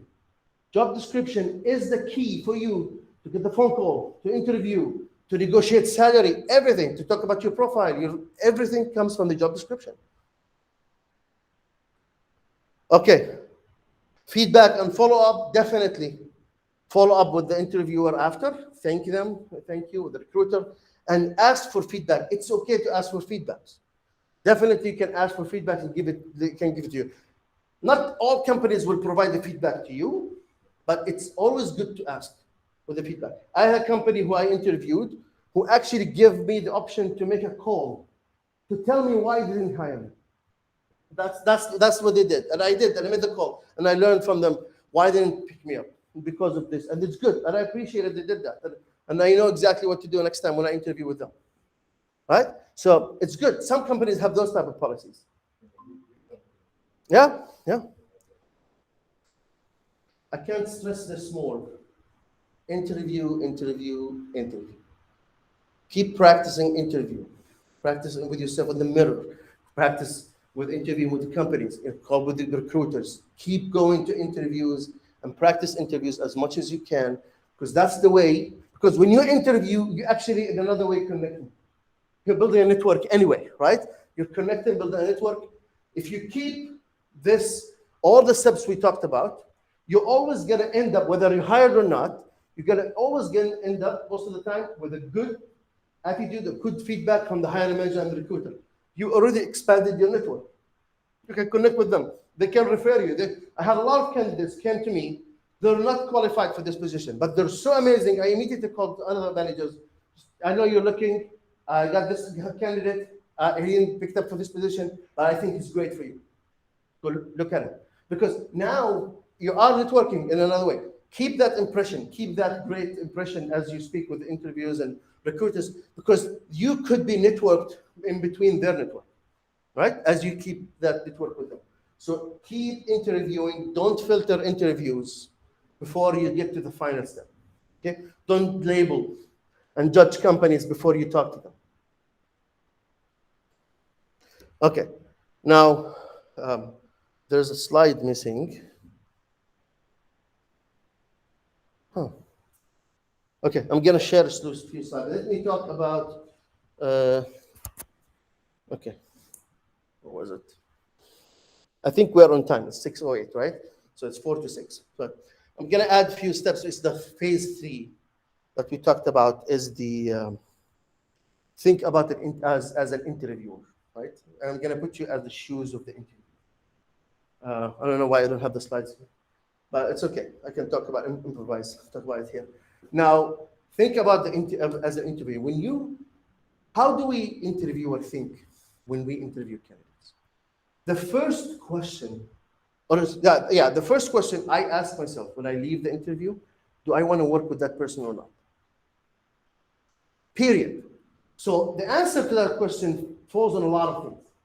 It's technical knowledge, our engagement, how alive they were in the interview, how they answered, how they approached the problem, the questions they asked, their interest in us, all this package, their attitude, their language, I had a lot of candidates who came to me. I mean, they're brilliant. I mean, when you talk to them, he answered all my questions in a heartbeat.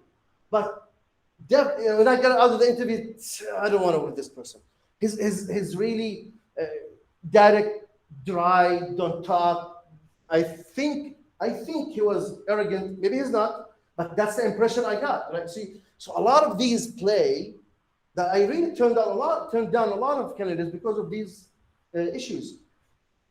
Make sure when you interview to try to practice yourself with all the points we talked about, because the first question we ask ourselves is, do we want to work with this person or not? When we interview and we go through 4 or 5 round of interviews, we have a small call, all of us, the interviewers, 3 or 4 of us.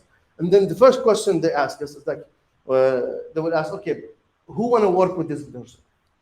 Raise your hand. That's exactly what we do. Who want to work with this person? Raise your hand. And if yes or no, you have to say yes or no. Answer, explain, talk. But that's the first thing we talk about. Because that person, we're going to be working with them every day. We're going to eat with them on lunch. We're going to engage. We're going to sit down. We're going to go out on team outing. That's the person we're going to be, one of the people we're going to be talking about and meet every day for a long period of time.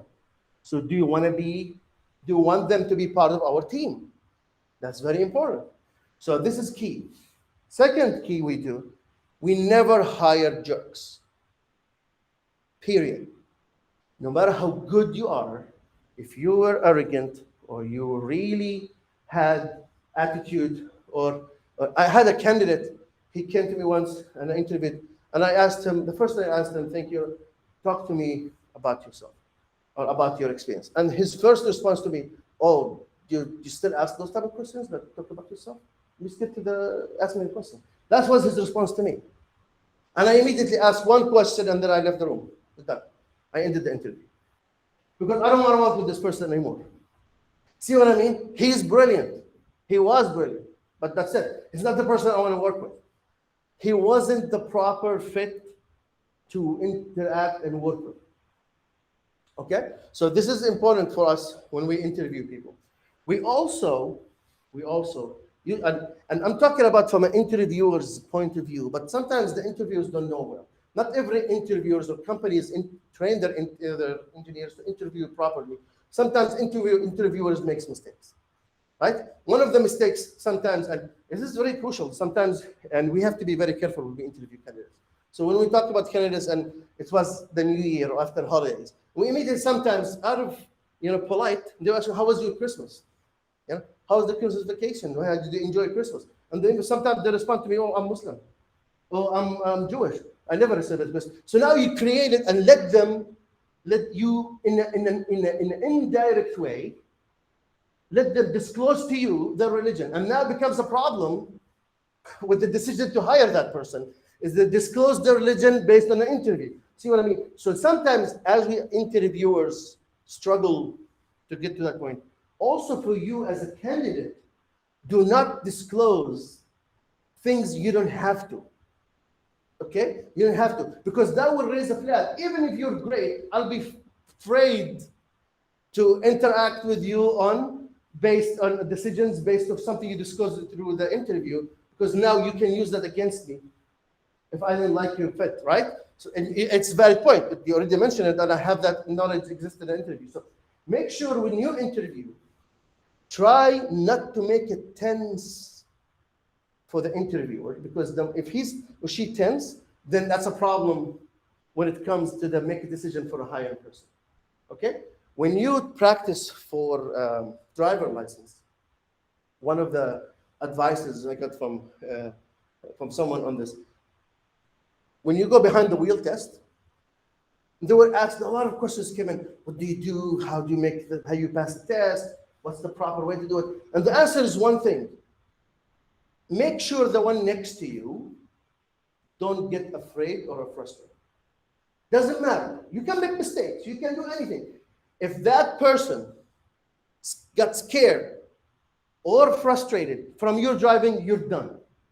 Even if you did not make mistakes through in the driving test, just because that person got afraid, you will lose that test, right? Because you think you can find a way, that's it.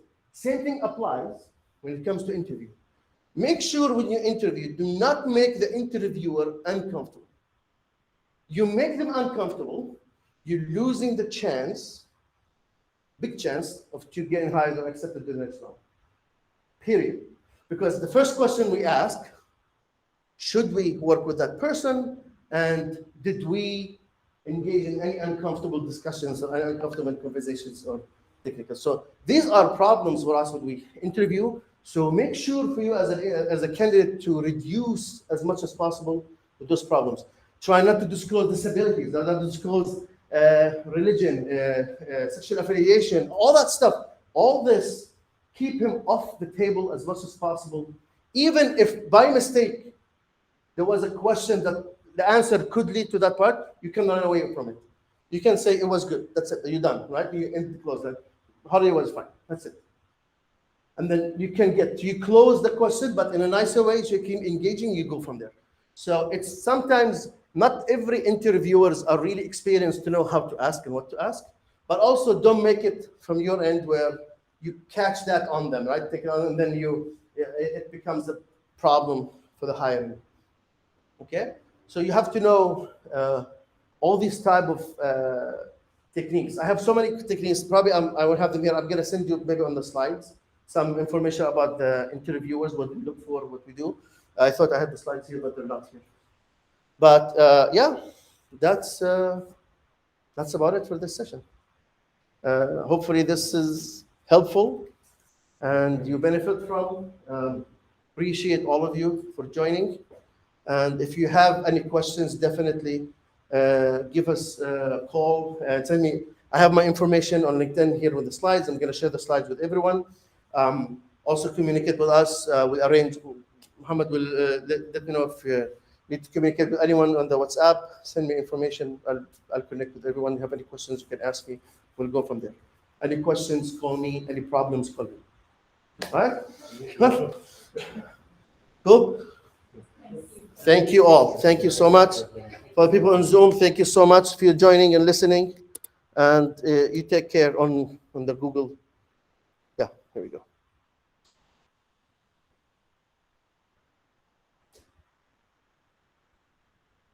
I think I need to stop recording. Yeah.